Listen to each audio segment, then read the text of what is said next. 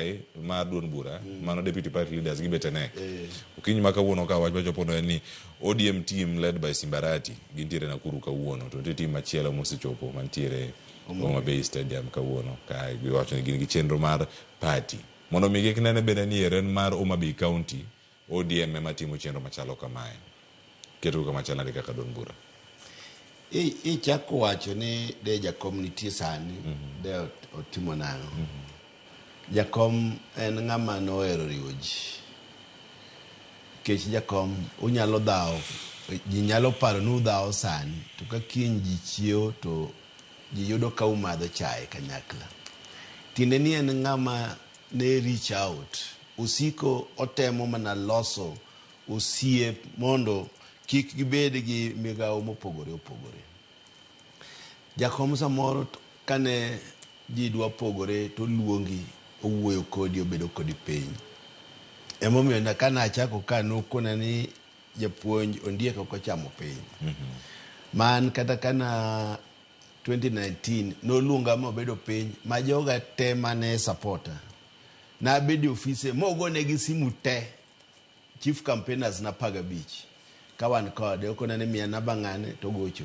Mogocho ne jogo te jogo kone ni ok gi nyal support ng'ane to penjo ni to ng'ama ne usupport oke ma wan go ka to miya simu to wawuoyo gi jogo ma jogo te nolokore ma no support ng'ama no chung mane luongo ni Imran ma kata 2019 bede na support the ODM candidate. Tiene ni en ng'ama noero kwe. Sani de ni nitie gik mineno timore ma yuare matin gi dikoro onge nikech ne en ng'ama bende ji noluoro. Jogo tema no ni e chama kanyo onge ng'ama jakom poko konyo kata chiel Kenya ka. Jogo te nyaka kata mana current president kiwinjo kuwuoyo owacho ni jakom ne kane gin go chungwa 207 ne gitiyo kode maber kendo no konyogi. Ubede Kalonzo, ubede jogo te. Omiyo jakom en ng'ama ne riwo ji kanyakla. Iwacho samoro ni to ang'o mano wacho chieng' mane wane PG meeting ne wan Ijel Mombasa Road. Bende no yudo ka wa pok no budho nosetieko mana odiochieng' achiel kane wa Dubai. Ne oa Dubai no budho dhi Dubai koduogo to emo luonge PG no. To en mana no luongo PG nikech ji ne neno ni wane broad based to chamo ma kaka ODM ne ji penyo ni to broad based ka wantiere to ODM to dhi timore nade. Ne wabede broad based nikech chamo mar ODM ne strong. Ne wan gi namba maduong'. Omiyo kata kan wadonje broad based ok nwa donje nikech hero wainya to ne wadonje nikech wadwaro ni piny obed stable. Tiene ne wan gi wabunge jakom ne as ODM ne nigi wabunge makata kano negotiate go gi order to gin gi numbers makata kane dwa pass gimore e parliament to ginyalo pass kanyakla. To mondo stability ne bedi koro nyaka ne ji ti kanyakla. To mane ok nyis ni ODM kaka party no owere gi wachne aspirations mag ODM as a party. To ka party obedo ni dwa kao telo to nyaka u strengthen party, nyaka ubed gi jo party motegno. To jakom ne neno ni nitie jogo matin makoro regea e party ne mar ODM. Emomiyo koro noluongo PG mondo okone ji ni ODM podi nitie.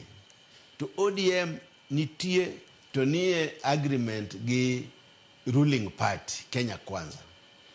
To ne wan gi 10 points agenda mane winjore go gi jo Kenya Kwanza ni magi owinjo timre during broad based. Manitie committee bende masani ng'iyo ni to kuom gik moko par mane wawinjore go ka. Adimo osetimore. Tadima pok otimore. To wadong higni 2 ma pok otimore gi to be gidwa timore kuom higni 2 mwadongo gi mondo wang'i stand wagi broad based ni to en kanyo. Mane gima jakom ne temo wacho. No wacho ni nyaka ODM nyaka bed united as a party.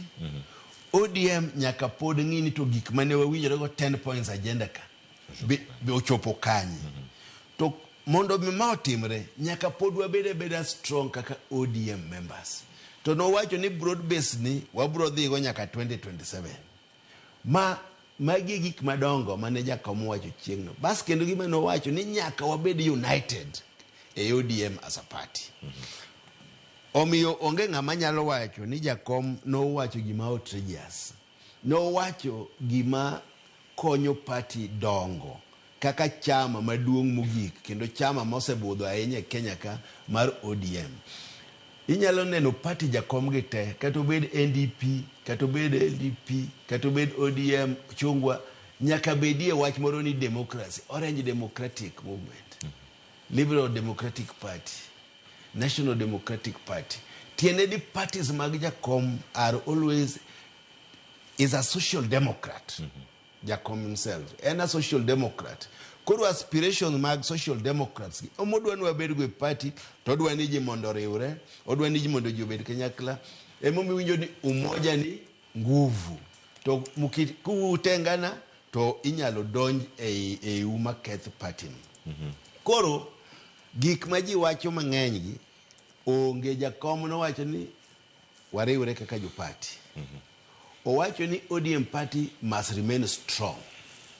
Nikech ODM ka strong, emomiyo no wabedo gi agreement gi the ruling party, Kenya Kwanza. To ruling party ni ne wan gi 10 points agenda, manyaka bed fulfilled. 10 points agenda gi nitie committee mosebedo found mang'iyo ni adi mosetim. To modong' mapok otimgo, wadwa ng'iyo ni 2 years gi otimgi nyaka 2027. Then 2027, wabede mesa, to wawinjore gi ruling party ni to wadwa dhi mbele gi gini koso ok wadhi mbele gi gini nikech gik mane wawinjore ok otim kata otim. Mane gima ne jakom wacho nikech ni anitie onge ng'ama nopimo, jomoko to nitie mawuoyo to ne onge kata pigino.